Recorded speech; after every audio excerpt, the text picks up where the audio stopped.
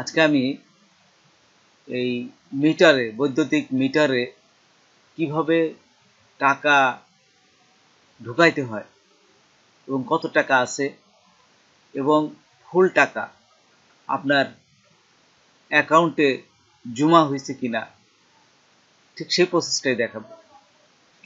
চলুন আমরা প্র্যাকটিক্যালি দেখি। তার আগে ছোট্ট একটা রিকোয়েস্ট করি, যদি আপনি আমার চ্যানেলে নতুন এসে থাকেন তাহলে দয়া করে আমার চ্যানেলটা সাবস্ক্রাইব করবেন, পাশে থাকা বেল বাটনটা ক্লিক করে রাখবেন লেটেস্ট ভিডিও সবার আগে পাওয়ার জন্য।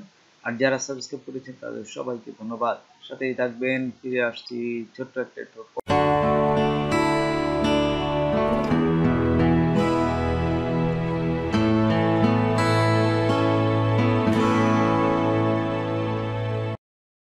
আপনারা এই বৈদ্যুতিক মিটারের বিল পরিশোধ করেন, ঠিক তখনই আপনাদের মোবাইলে এই মেসেজটা আসবে এই ধরনের।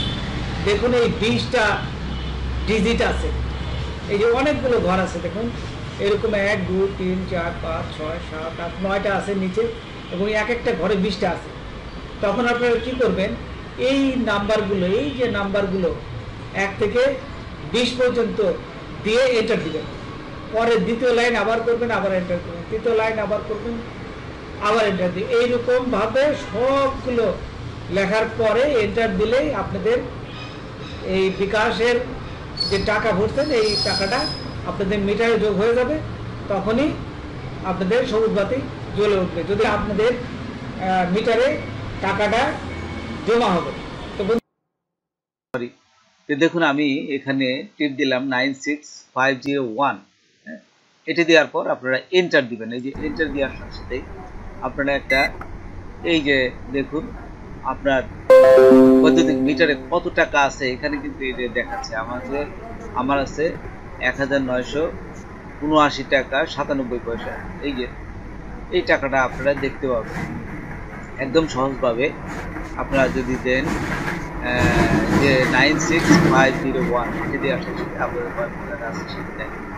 আরেকটা জিনিস আপনাদের দেখাচ্ছি, সেটা হচ্ছে, যদি আমি আবার দেখাচ্ছি, যদি আপনারা ভুলে যান 9 তারপরে হচ্ছে 6, এই যে দেখুন 9 6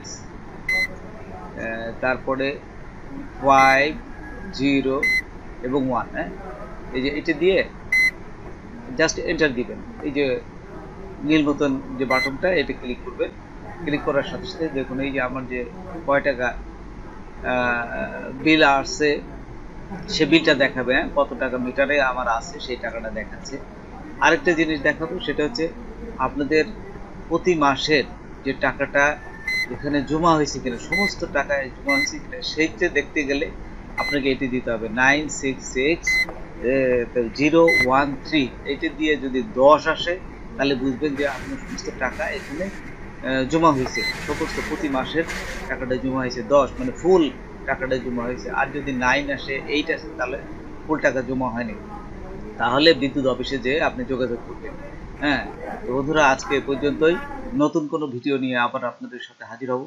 যদি আমার ভিডিওটা আপনাদের ভালো লাগে বা কোনো প্রকারে আসে তবে অবশ্যই সাবস্ক্রাইব করবেন আর বন্ধুদের মাঝে শেয়ার করবেন। ধন্যবাদ সবাইকে। আল্লাহ হাফেজ।